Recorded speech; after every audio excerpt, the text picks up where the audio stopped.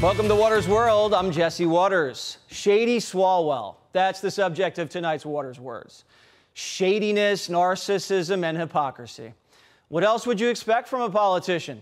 Meet Congressman Eric Swalwell. He's the guy on the House Intel Committee that got worked by a Chinese spy and had meetings with a group tied to terrorists. He preaches humility, yet spends thousands of donor dollars on his lavish lifestyle.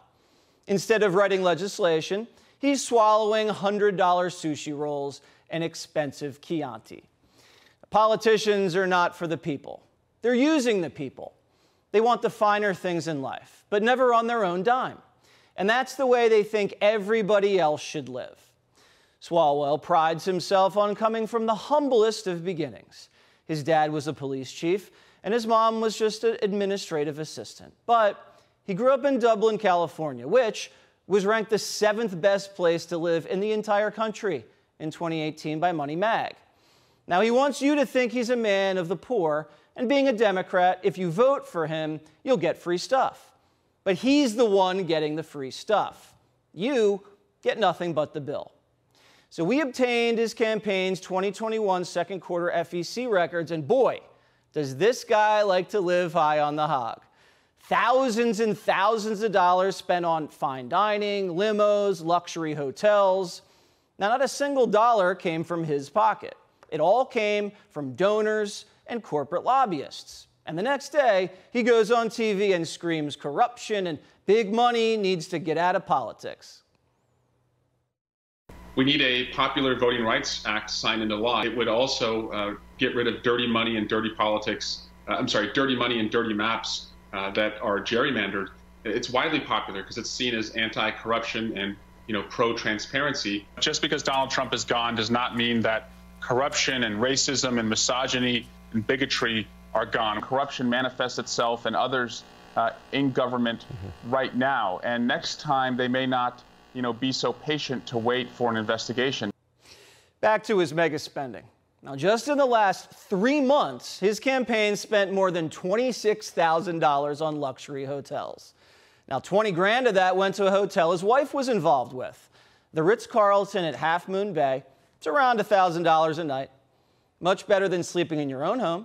And of course, you got to wake up and play 18 overlooking the Pacific. And since April, he spent more than $10,000 on limousine rides and luxury car services. You ever heard of Uber? Why does he need a limo anyway? He doesn't need the legroom. Not a tall guy. He's also spent thousands on alcohol with his campaign funds. $500 from alcohol delivery service Drizzly, $1,200 from Capitol Hill Wine and Spirits, and $4,400 at just 2 California wineries just in one day. Campaign related? He won't answer. He spent $1,000 on flowers.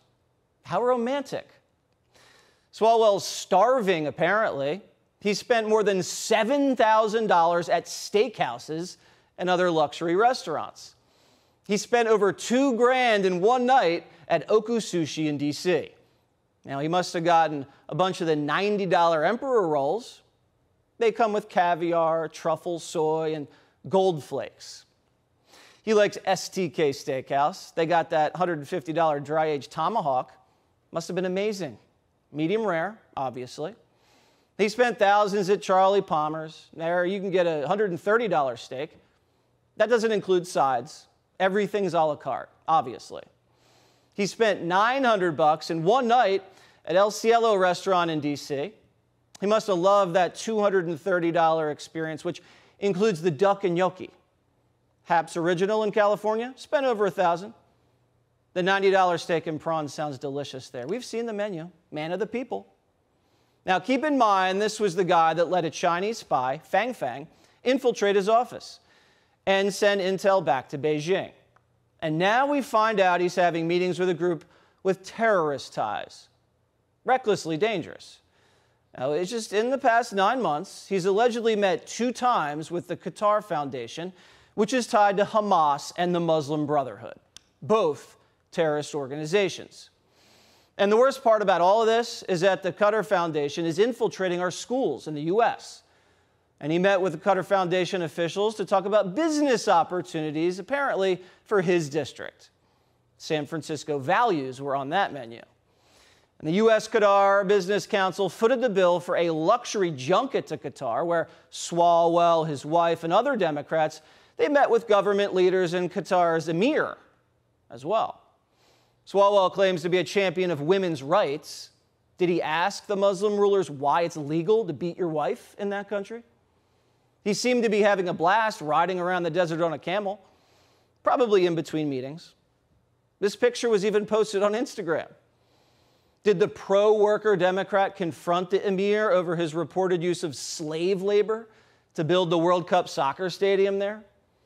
Did the global warming alarmist feel conflicted over being feted by an oil kingdom? Probably rude to raise these issues to your rich host's face. Better wait to get back stateside where you can pretend to care on cable news. So was Swalwell spied on in Qatar? Did he meet with foreign intelligence officials? Is he the subject of blackmail again? What kind of promises were made?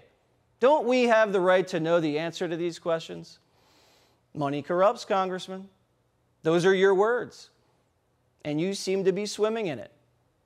Swalwell is a walking security risk, a greasy pawn for wealthy Arab oil men and an easy mark for seductive Chinese spies. Nothing some Napa Valley cab won't wash away, though. Swalwell is a little guy who claims he's fighting for the little guy. That's probably the biggest lie he's ever told, and he has told a lot. Hey, Sean Hannity here. Hey, click here to subscribe to Fox News YouTube page and catch our hottest interviews and most compelling analysis. You will not get it anywhere else.